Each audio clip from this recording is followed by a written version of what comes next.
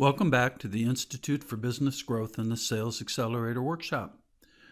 In this module, Module 2 of Lesson 11, we are going to be talking about questions to uncover pain, and we're going to focus specifically on open versus closed-ended questions.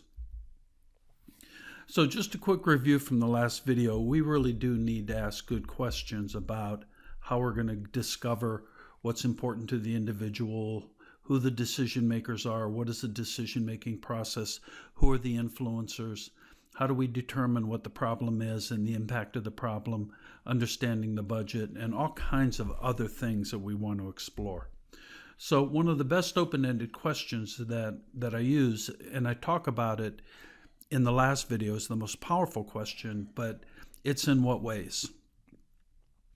Whenever I'm talking to people, I don't like to ask them closed-ended questions, and closed-ended questions being yes or no answers or one-word answers. How was your weekend? Fine. That's a good example of a closed-ended question. Tell me about your weekend is an open-ended question. How can the chicken get across the street? He can walk. An open-ended question. In what ways can the chicken get across the street? All kinds of different ways to use this. The beauty of it is you want to engage them in a dialogue.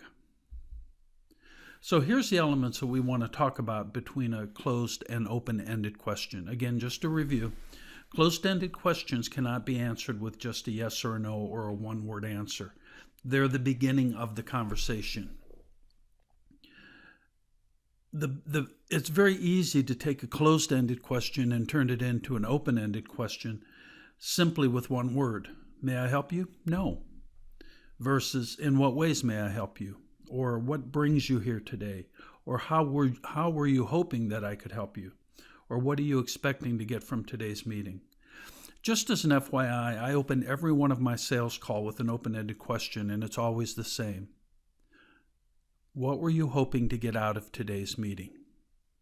I really want to understand why they invited me in, because if I don't know the answer to that question, I don't know whether or not I can help them. So you could ask a closed-ended question, do you use a pen, yes or no? Or what pen do you use? Well, I use a Bic, blah, blah, blah, whatever.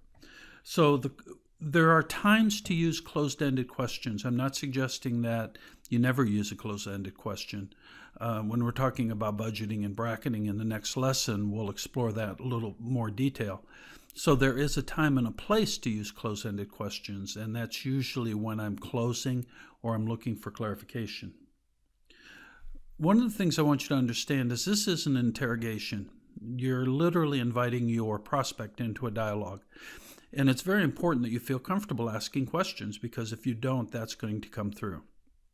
So make the question yours, and that's why I'm a big believer in preparation. If you know what questions you're going to ask going into the sales call, it just makes it easy, because then you're just having a dialogue.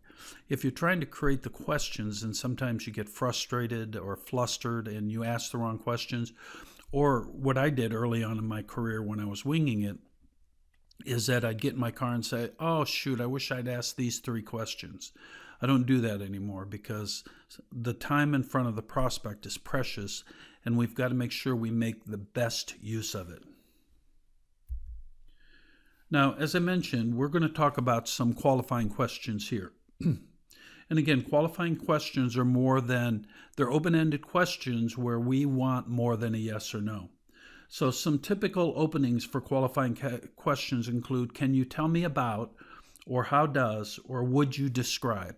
So can you tell me about your buying process? Can you describe the problem in detail? Can you tell me who's involved? Your qualifying questions need to be weaved into the conversation. As I mentioned, it's not supposed to be an interrogation. You're having a discussion.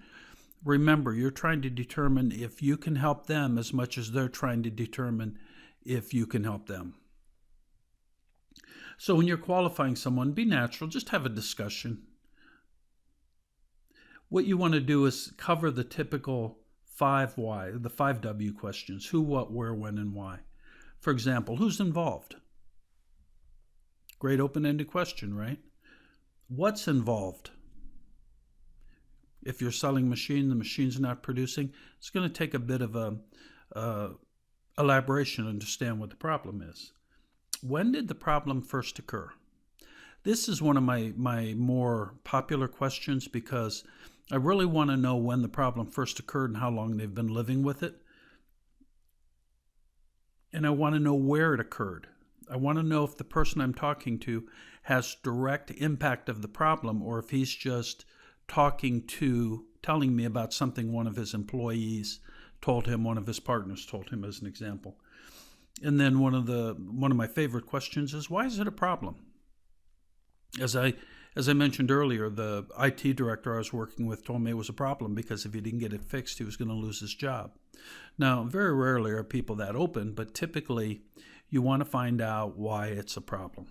It could be that there could be a filing problem. Documents are getting misfiled. They don't happen very frequently, but when they do, if they can't find a key document for litigation, it could cost them millions of dollars. You got to understand the frequency and the whats and the where and the whens, the whys, and the hows. So let's talk a little bit about budget.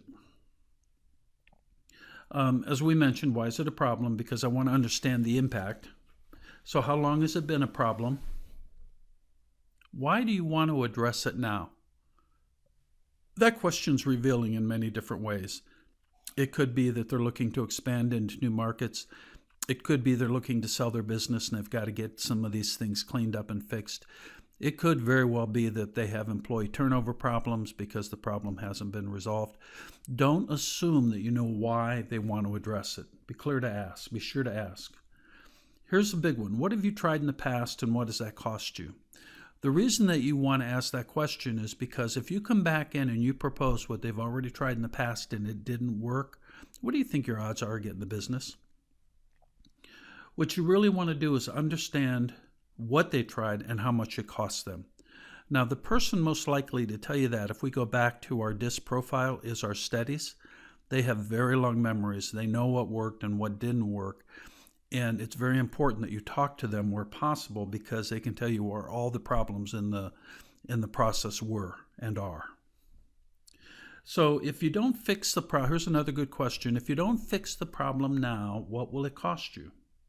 Or another way of saying that is, what is the impact of it not being fixed in terms of dollars, time, man hours, or even personally?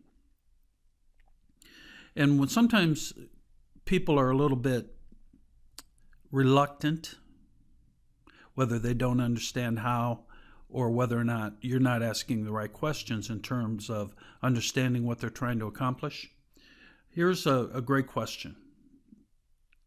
If I were to give you a magic wand and permit you only one wave of the wand, what is the one thing you would do to improve? And then fill it out with the reason that you're there, and then let them talk. Because you really want to find out where their mind is, what they're trying to accomplish, and what's important to them.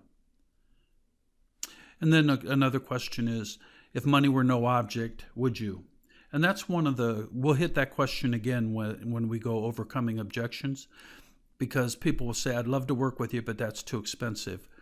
The standard reply that I'd love to have you just follow up with is, if money were no object, would you still work with me?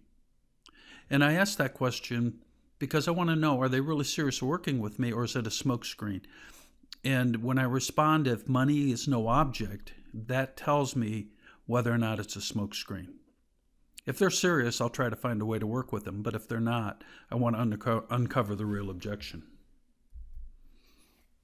Now, there are times to use closed-ended questions, and we'll talk about those again in the next module. But bracketing is one technique, confirming is another, and closing is another. So bracketing is, do you have money in the budget for this project?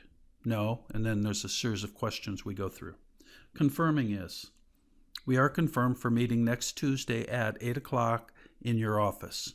Yes or no? That's a great use of a closed-end question. And then for closing, when would you like to start, as an example, the assumptive close? So there are good times to use closed-ended questions, but early on in the exploration step of the sales process, open-ended questions tend to be of more value. So be sure to take the quiz, and what I'd like you to do again is construct these 5 different questions And we talked about those in the last module. I'm not changing those. I really want you to think through how you're going to answer these questions, because the better you are at asking questions, the better you are at qualifying, the better you are at uncovering information, the more productive you're going to be. So a quick review of the 5 questions is: define a qualifying question to determine if the visitor has a need for your product or service. Define a qualifying question to determine the visitor's role in the decision-making process. Design a question that will help you determine a purchasing or decision-making time frame. Design one that will tell you if there's a budget or funding. And finally, design one that will direct you on how to initiate further contact. In our next module, we're going to focus almost exclusively on budgeting. We're going to get into bracketing in some detail.